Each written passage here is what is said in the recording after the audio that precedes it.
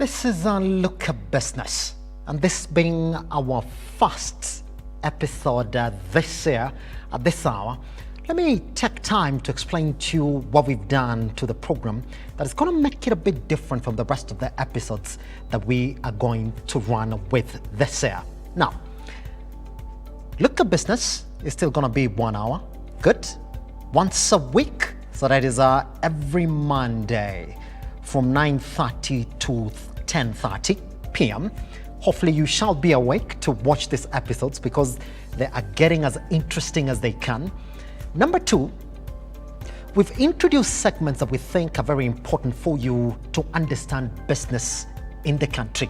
So number one, we do have a new segment called This Week Tonight. Now on This Week Tonight, what we do is go back and talk to you either comically or seriously about the biggest economical events that have happened in the entire week, and some that we think are still going to take center stage for the rest of the week ahead as well. Good. After that, we're going to take you to street business, which is essentially going to be businesses that will be run by less than 50,000 shillings. Businesses that you can actually get to start today and stick with for the rest of the year. So we're going to give you essentially what is going to be a manual for you to get into these businesses by going outside there, talking to these entrepreneurs who are in this business, and then after that, you get to step back yourself so you can get to learn. If something that you can start, then you jump into it. Last segment here on Lookup Business is going to be topical discussions with the government, with the entrepreneurs, with the business leaders as well across the economy. We're going to come in and talk about their expertise, their area, that's what I mean.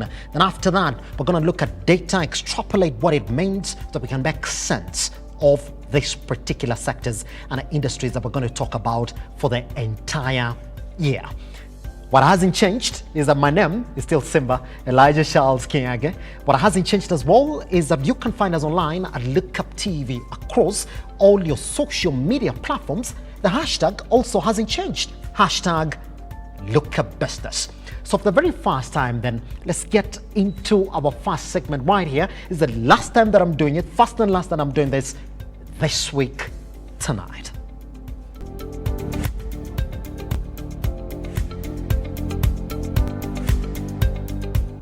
We're always going to start like this. Hello there, my name is Simba, Elijah Charles Kenyage, and tonight I want to talk to you about tax, but most importantly, tax evasion. Now, simply put, tax evasion is the illegal non-payment or underpayment of tax. Now, it's clear. Let's look at the definition of tax avoidance, which is the failure to pay or a deliberate underpayment of tax. One of them is illegal, and the other might not necessarily be. Now, you see, tax avoidance is finding loopholes within the tax system, or the definition thereof. I know it sounds and could be illegal, but it is not. Now, it's like publicly saying that this guy could be the best singer in the country. It could be legal, but it's not.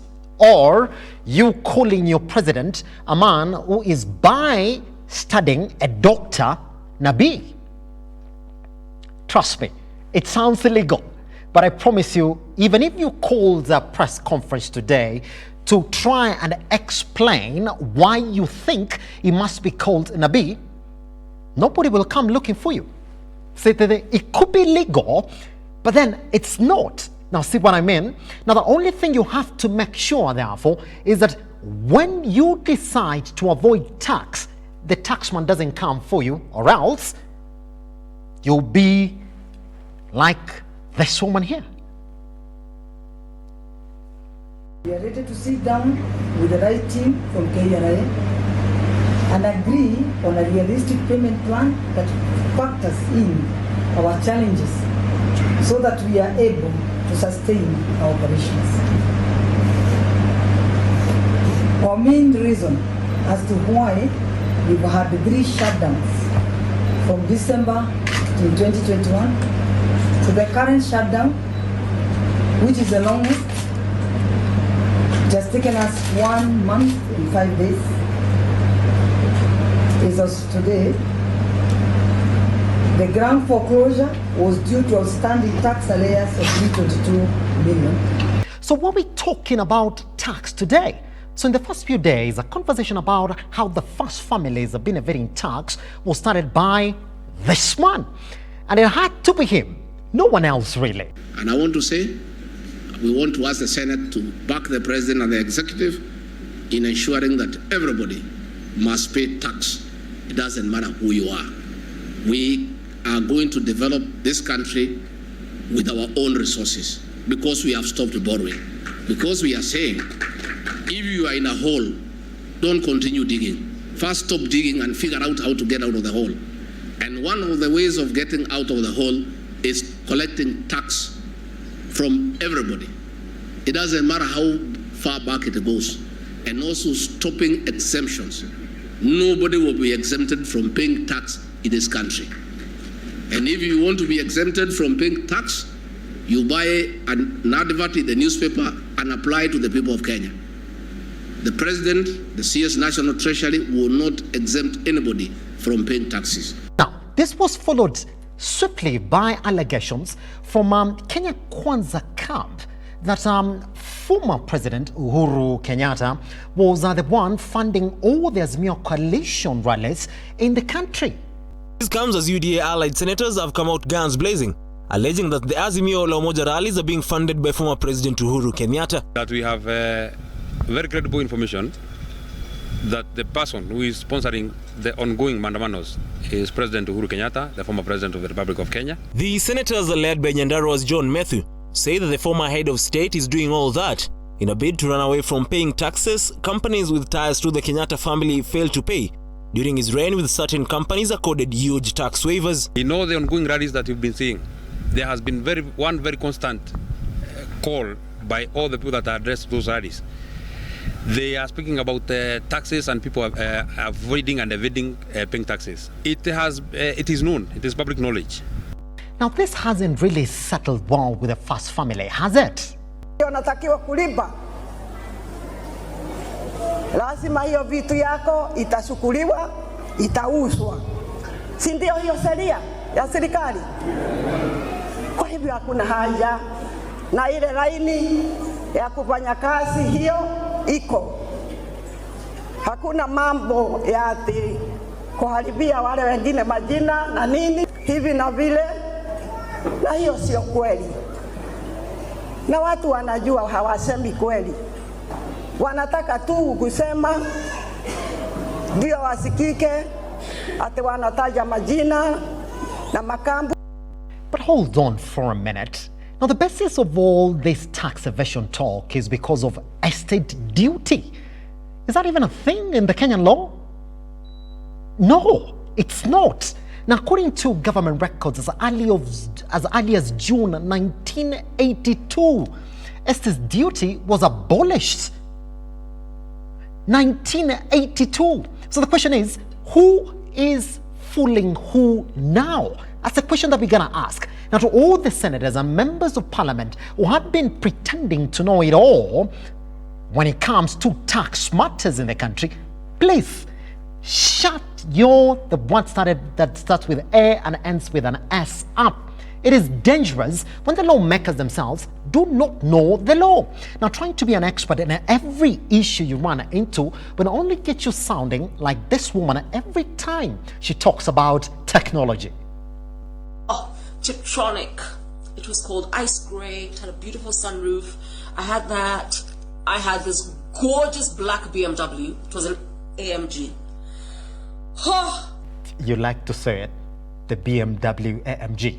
But if curbing tax evasion then is a real priority for this administration, let's face it, they need to focus on multinationals in the country who for a long time have been avoiding tax through transfer pricing, base erosion, profit shifting, and open tax evasion. But they are not focusing on it. Looks like KRA has already swallowed the bait now that it's following Uhuru Kenyatta's friends with a hope that they evade tax. as well. Let's talk about the economy. Actually, no. Let's talk about this man, Rigathi Gachagua. Yes, Kenyans, whether you like it or not, this man is in charge of your economy. Now, you might think that I'm a bit unkind when I talk about him in this light, but maybe when a man publicly accepts that he should be called Riggy G, this is when we should have questioned our choices of letting him be in charge of our money. I don't know about you, but if I was in line to be served by different accountants and there was one with a stick on the door reading Riggy G, I would definitely not get into that office for service. Now, something about Riggy G, Juakali, and Nonini goes together. I know you might say, so what? It is just a nickname, right?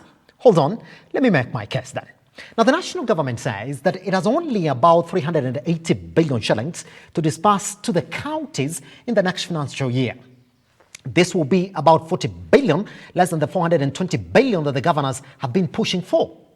Guess who broke this news to the governors? Riggy G. Could you have a better man than Riggy G in the government to break bad news to the governors? The news is not in the fact that the government is broke. It is not that the government has been broke. No, it is how he said it. I kid you not, this is what he said, that even if they remove our trousers and whip us on the buttocks, we do not have the money. The issue we had with the Council of Governors is a simple matter. They're asking for 425. CRI is saying, in our scheme of mathematics, you can give 407. The national government is saying, that is good. 425 is good. We can give it to you, but we don't have it. 407 is even better, but we don't have it. We only have 380. So, if you want to hang us, we are helpless. If you want to remove our trousers and whip us on the buttock, go ahead. We don't have the money. Na sisi ni watu ya kuongea ukweli. Listen, if I were the president and I had bad news to deliver, I would send a man called Riggy G. I don't even think that losing and Riggy G could be in the same sentence. You tell me, ever imagine saying, yo, I'm from a fight and Riggy G has just lost? But again, should it ever come to the governors removing people's trousers and whipping them on the buttocks, I have a personal list of people whose buttocks I want whipped naked in that state house. But even Riggy G knows very well that things are not good in Kenya. Now, the economy is, as he keeps on saying it, completely dilapidated. And when a man who you would not naturally rely on to advise you on matters finance tells you that things are bad, you better believe it. So what is Riggy G's magic bullet to unlocking the economy? Prayer. Yes, prayer. I am sure that even God himself knows that there aren't things that you can pray for to change. Just like the collective hate that Kenyans have for Altham Jimbo, not even God doesn't want to intervene at all. He'd rather listen to the new entrant on that list, this guy. Well, there you have it. That is your This Week Tonight. I'll meet you next week for another look into the week. Next up, Street Business.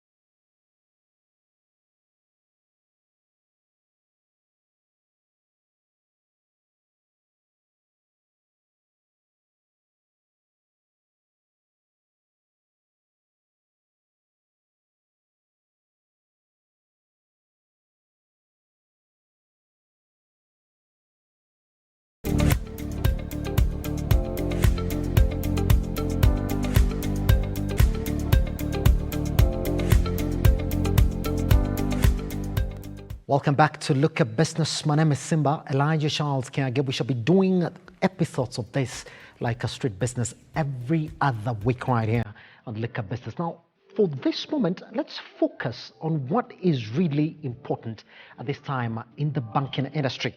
Now, this is an introduction for this. Now, the banking industry is setting the stage for what might be a dividend boom.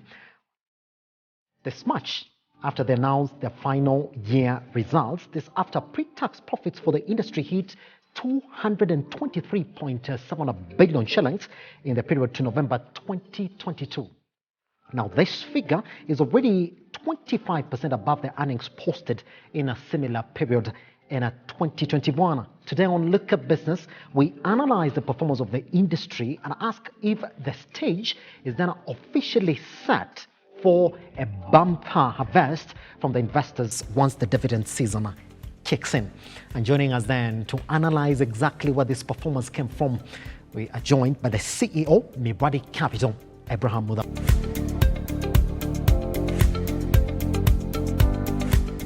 The first 11 months of 2022, and that is a stellar performance. But then, Abraham, let me just open this conversation like this.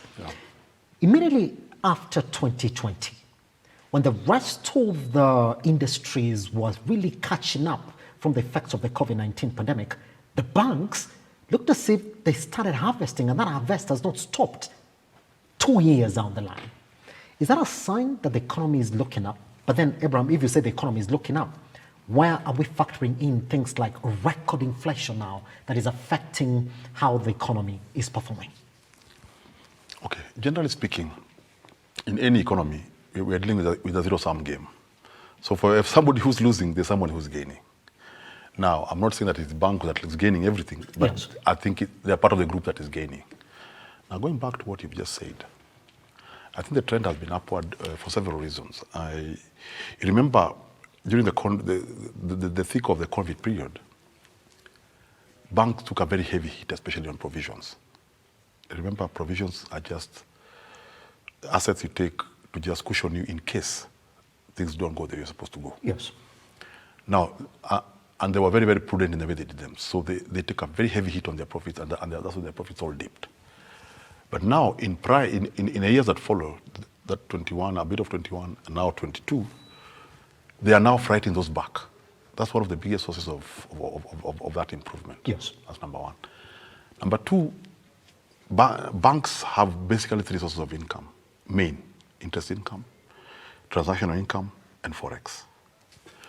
If you go to interest income, of course, now with the liberalization, the margins between what they're selling money at and what they're buying money at, that gap has widened. So their margin is larger because remember, they're not capped at the top. Yes. And also they're at liberty to pay as little as they could. Because previously that other law not only defined how much you could not go above in terms of the cost of credit, it also defined what you could not go below in terms of price, the return you give on deposits. Yes. Now those two caps have gone. So they are back to what they do. They minimize how much they pay you and they maximize what they charge you. That's one. And now lastly, on the forex front, because of the gradual depreciation of the Kenya shilling, then you tend to have more transactions. People tend to transact more when they believe that the dollar will be more expensive tomorrow, so I want to buy today. So people over transact more than they would have, because if I know I'll need money in X amount of days. In a stable environment, I'll wait. But when you hear sentiments, you even get in transactions that you would not have gotten to other than if that information was not with you. So what I'm saying is, whatever the economy is going through is playing for the banks. Because if you look at those three transactions, those three income areas, they are all on an upward trend. And now, again, don't forget, banks have also really sophisticated in terms of channels. Remember, channels cost less to deploy. Yes. So you've seen there are banks that let people go. So as they're rationalizing their expenditure, they're growing their income. So the net result will be obvious.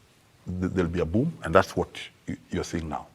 So to me, that is where I think all this is coming from. Yes. Yes. If you go back to 2020, I mean, it's not just a couple. Majority of the lenders in the country did cancel the dividend payouts. Yes. Then a year later in 2021, they did improve on it or get back on payment terms. Abraham, 25%, a result that is way above where they were in 2021. Is this a sign that come March this year, when we're going to see the final results for these banks, that we're going to see an improved dividend payout? Or it's just going to be about the same ratio? Because also banks are also saying that, well, the economy is not looking good when you factor in where the inflation rates are currently. So with dividends, there are two factors. Yes. Dividend is a factor of profit. The only limitation is that you cannot pay more than what your net profit after tax. That is what the Companies Act says, that you cannot, of course, you cannot pay what you've not made in terms of profit. Yes. So you can literally pay out your entire profit. If your board so wished, there's no limitation to that. But now the other limiting factor is your cash flow. If you just said it was 2021 when most banks cancelled or did not pay out. Why? Yes. Because everybody was conserving cash. That time it was consolidation. Let me hold what I have because I do not know how the future looks like.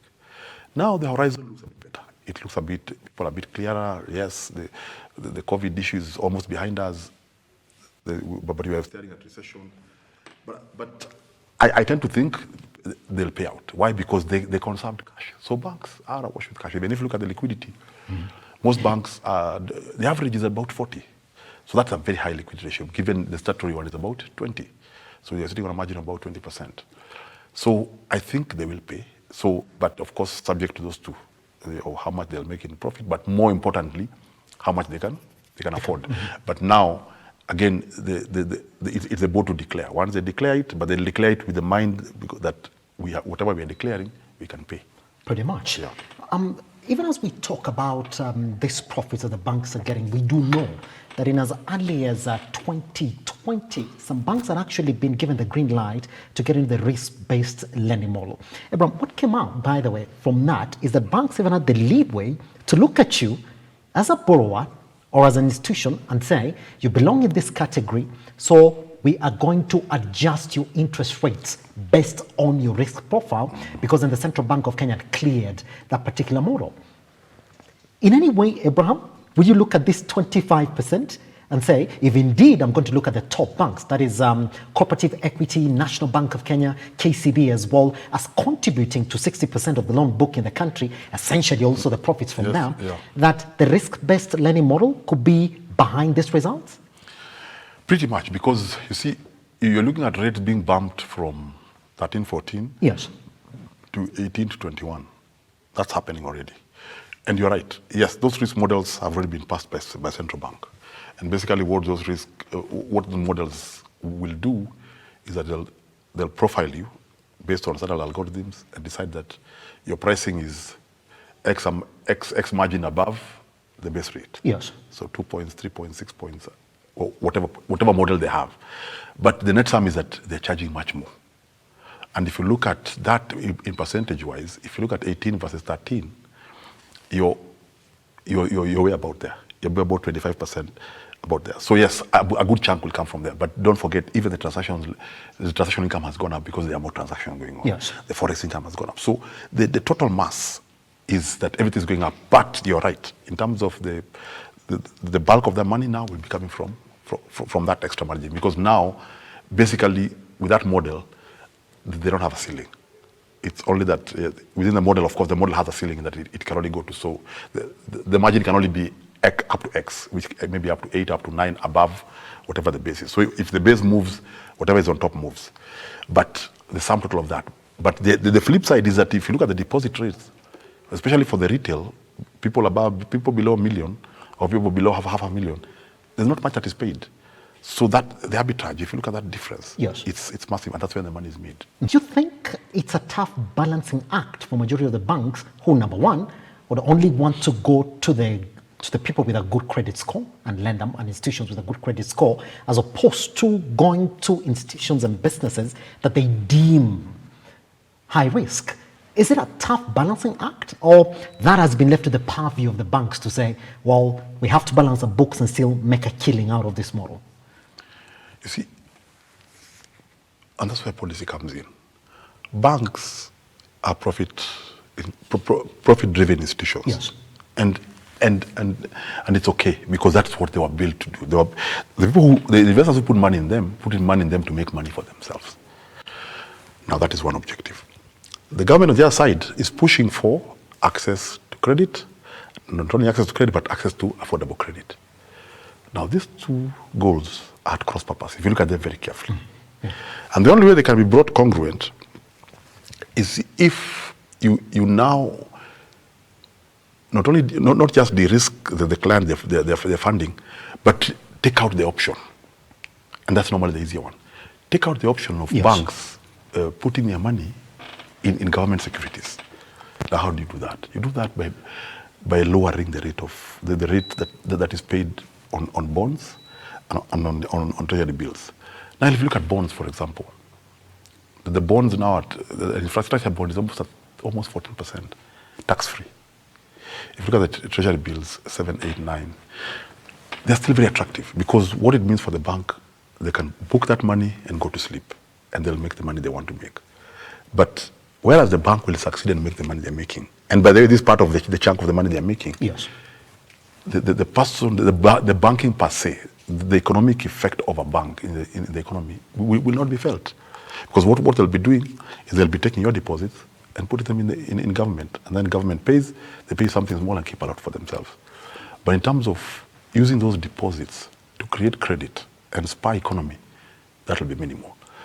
And this model has worked. Remember, in 2003, 4, 5, when the rates for government securities was pushed down, banks, what did they do? They started hawking loans. Why? Because they had no other option. They already have liabilities of deposits. They have to create assets. The asset they are used to creating is government securities. That has gone below the cost of the funds they're putting in. So what option do they have left is to lend. Now they had to go back and do models of unsecured lending so that they could push out the money. Otherwise, they're also going to go under. Yes. So back to how I started, that there's this person who wants to be profitable at whatever cost. There's this government that wants affordable credit for their people. The congruence comes when you take out the option of this bank putting their money in your paper. The things that we look at when we're looking at the performance of the banks, you've got to look at how much their loan book extended. And it's a lot, because if you look at what majority of the listed lenders in the country closed the lending period with a 3.656 trillion from 3.248 trillion a year before, with a government that is already now at the back of that committed, number one, to cut down on expenditure. In fact, they have a figure, 300 billion to be exact, Abraham, without even looking at this budget policy statement that we do have that is going to guide on exactly how much money the government is going to borrow. Do you think that in the long term then, in a government that looks to cut down on expenditure, that this sure bet source, that is government paper that the banks have been cashing in on heavily, it's going to be less and less as time goes by, therefore forcing that this performance that we're seeing here maybe in the longer term to come down? The truth of the matter is, yes, if you look at policy budget statement, the objective is to slowly move towards balancing your budget. Yes. The effect of balancing your budget is when you don't need to borrow. Treasury bills and treasury bonds is government borrowing on the domestic market. So that will go down. And even when they come to the market, they'll come at a rate, they'll dictate the market, because they'll come for very little money and they'll be looking for very low rates, and they'll get them. Yes. Because there'll be desperation. But now, what that will do is just what I've said. Banks will have to think, because banks are not going anywhere. They are sitting on liabilities. Now they cannot put it in government paper. They now have to shift and now use the credit, these risk models that they've created, to now go and grow their book, and grow their book substantially. Yes, the book has grown by about, as you say, about 400 billion. But if you look at the need for credit in Kenya, it's in trillions when you think about it. So, and why are banks still sitting on 40% liquidity when they statutorily they are allowed to push it down to 20%? So this buffer, and why there's a buffer, because this buffer mostly represents what they've put in the government paper. Because when you're doing your liquidity return, government securities count for cash. You see, so they win both ways. So I'm telling you, it has to be deliberate by government to bring down, to try and balance their budget. Number one, because that will reduce the need to borrow, and lastly, it will also ensure that credit now has to go to the people, because it's the only viable asset that the banks can put their money in to pay for their liabilities. Pretty much. Let's look at another thing that is quite important when you're gauging the performance of these banks, is the CBR. Yes. We do know that it has retained at 8.5%, yes. But if you could track it back to 2020, we had the magic 7% that yes. really got stuck all the way up to where we are right now. So we look at this 150 basis points that is increased from 2020 to where we are in 2023. In what way would have it affected the bank's performance, Abraham, had the Central Bank of Kenya essentially looked back at it and said, high inflation numbers in the economy is struggling to get out of the holes of the COVID-19 pandemic. Let's retain it at about 7%, because there was a time that we were talking about this 7% for more than 2 years. Do you think that the performance could have been different had the CBR not been adjusted upwards by the Central Bank of Kenya? Not really, because, worldwide, you're seeing that's what everybody's doing, and it's a monetary policy tool. When the interest rates are high, you push your general interest rate, you push your CBR, okay, for Kenya, yes, or your Fed rate if you're in America, up, because yes, that is normally the benchmark for the cost of money. When you push up the cost of money, it means that people, instead of keeping money in pocket, they'll put them in instruments. They'll put them in treasury bonds because there's a return. And the whole idea is to reduce the supply of money in the economy, so that we have less of what we call demand push inflation, where people buy because people have a lot of money in their pockets. Yes. So it's a way to mop up. But at the same time, it stifles, and while it's at it also stifles credit. How does it do that? Because the cost of credit goes up. Because when you push CBR up, the cost of credit goes up. That means you slow down, because credit creation also means that people again have money in their pocket. Yes. But then again, it defeats the same other thing that you're trying to do on the other side. You're trying to create access. So it's a very tight balance. And that's why you used to see CBK sometimes would just say, let sleeping logs die, we are leaving it the way it is. Because sometimes it's a very, very tight balance. Because on one side, you want to deal with inflation. On one side, you're messing up with credit creation. So it's a question of which one can give up for the other. But it's a thing, that's why you have to keep reviewing. Okay, inflation now is better. Okay, now let's start pushing it downward. Yes. And keep adjusting the two. But in tandem with your fiscal policy of trying to balance your budget. Yes. Yeah. Another segment that is quite important when we're looking at the performance of the banks, or used to be important, is this non-interest income. Let's talk about a particular one that is essentially mobile to bank accounts to mobile wallet transfers. This result that we're talking about here, Abraham, come at the back of a time when that was not a thing. It was already stopped by the Central Bank of Kenya.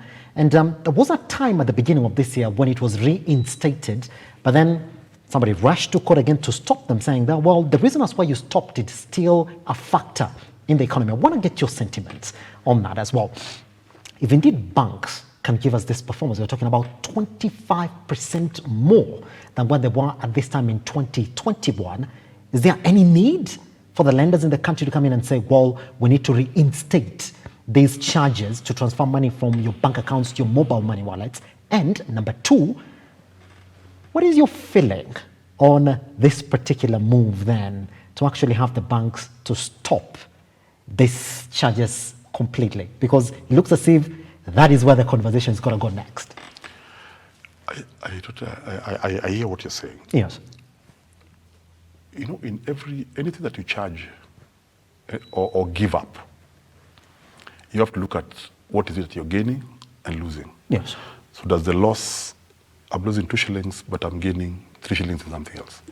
In this example, the fact that there were no charges, really, the velocity of money went very high. The velocity of transactions was so much higher that it helped the liquidity in banks. Yes. If the banks were to do a proper assessment and you see, don't forget, these deposits that are in current accounts, those are not earning any interest. So people are comfortable. I get some money, I throw it into my M-Pesa because I know I can get it out. There's really no transaction fee in and out. If you look at that money that they made based on that buffer of deposits vis-a-vis that period, and vis-a-vis that small transaction they're talking about, if our banks, I would not charge. Because even when they were introduced, you saw things changed. People started asking for cash directly. People started changing because to them, it's punitive as far as they're concerned. For banks, clearly they can live without it. It's very obvious now. They can live without this charge. So I think sometimes when we do charges, I think we need to look at not just that the fact that we are growing our transactional income, but what is it that we are losing as we grow that transactional income? Yes. Who are we blocking out? Who are we discouraging? Because remember, these are channels. And the freer and cheaper or freer that they are, the more they get used.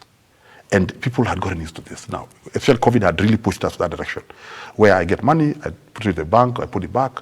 So it was easy. But now with those charges, you're like to and fro, no, I will not charge. But to answer you, my personal opinion, I think we should stay the way we are. But again, it is a matter before court.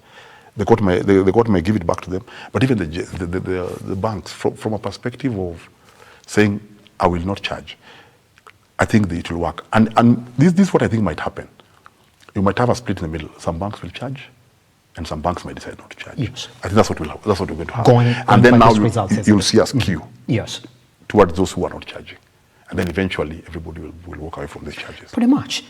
Let's talk about another issue that is really pertinent to the way that the banking industry's outlook is, Abraham.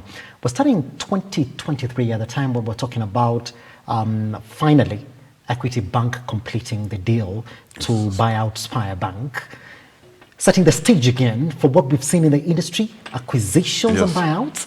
Do you think that 2023 would also then form the basis of this trend? Tier 1 banks, especially the top 5, Equity, Coop Bank, KCB, NCBA, a bit of Diamond Trust, I think they become very big, and you cannot blame them that they're in business. But you can see the skew. 60-70% of business probably ends by the time you get to the 9th bank. Yes.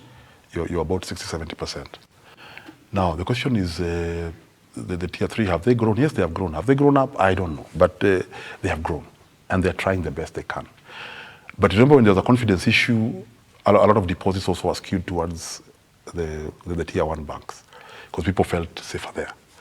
So if you ask me what I think will happen, what will happen is whatever is going on will just become more in terms of you may have more acquisitions. Yes. Like you see what has happened to Spire. What you see, Access tried to get to buy what is it called? I forget the name of the bank, but it fell through. The thing is, either you can recapitalize to a level where your capital is near a Tier 1 bank. You merge with someone, so that because the issue here is capital. Yes. Your capital base, because your capital base also allows certain, because they are all controlled or governed, regulated by certain ratios. That your deposits must be a certain factor of your capital. There are certain ratios that you cannot breach. So for you to get on certain things, or even to borrow certain amounts from the market, or even sit on certain deposits, your capital must be at a certain threshold. So I think banks, and being who they are, they probably are quietly doing whatever they need to do in terms of seeing how they can recapitalize, how they can get more capital in through, or who they can talk to come together, or who they can sell to. Those must be quiet, because again, they cannot be done in the glare of depositors for the issues of confidence. So you'll only hear these transactions toward the end. You see, you can see what has happened to Mayfair Bank now. It's fully owned by CIB. Yes. CIB is a massive bank in Egypt. Mm-hmm. So I think as we go along, the blur between Tier 1 and other tiers may start becoming blurry. Yes. As Tier 2 and 3 banks start coming up, then maybe within the Tier 1 you may have 2 segments. The bigger, they're all big brothers, but there'll be some bigger ones and the slightly not so big. Yes. But then what we want ultimately is to have a situation where any bank, people feel confident that this bank has the adequate capital to take anything that comes its way, even something the magnitude of what just went down with COVID. Mm-hmm. And remember, even if you compare Kenya to South Africa or to Nigeria, our ratio of bank to population, I think we are the best served. So it means probably we may have more banks than we need, but then again, only time will tell. And again, the market always corrects. If the market does not need you, it will kick you out. Pretty much. Yes. So let's talk about, there were fears that the COVID-19 pandemic could have seen us shoot all the way up to 20+%, going by exactly what happened within that period. But then the official figures touched 16, came back to 14%. And they said, well, this is okay, because we've not even shot to 20%. If you look at this period, Abraham, we're talking about 25% increase from where they were in 2021. We're talking about a non-performing ratio of 12.3% in the entire banking industry. Looks as if the sweet spot for the banking industry in the country is between 12 and 14%. If, let's assume that it is 15% or 14%, if we stressed every balance sheet for every bank, would they all survive? You say that 12, let's cut across. Your ex-bank, if 12% of your book went bad, what will happen to your capital? Yes. Will you survive or not? That's the first that needs to be done. And I think it's being done. Secondly, whether that number reflects the truth or not, I think it's very hard to tell. But sentiments are that it could be more, especially during the pandemic. But then again, remember the pandemic, the metrics for measuring what is good and what is bad was altered. And it was altered in broad daylight, because what the CBK did was they said, let's restructure, let's give more leeway. So basically at that period in time, had we applied the original formula, probably that thing would have shot up.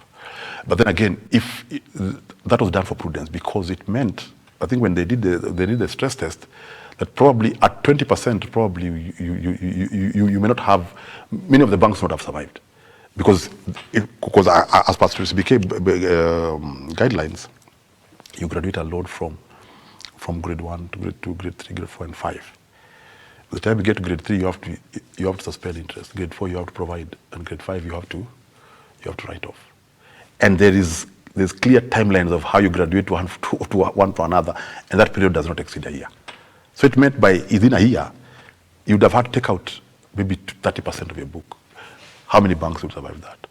So for me, I thought whatever they did was prudent, in that they said, for this period, we cannot use yester rules for today, because this is an extraordinary time. So these are the rules for now. Then now that we are slowly going back, those have been adjusted back. And I think that was brilliant, because had we taken a hard stance, maybe we'd be talking a very different story.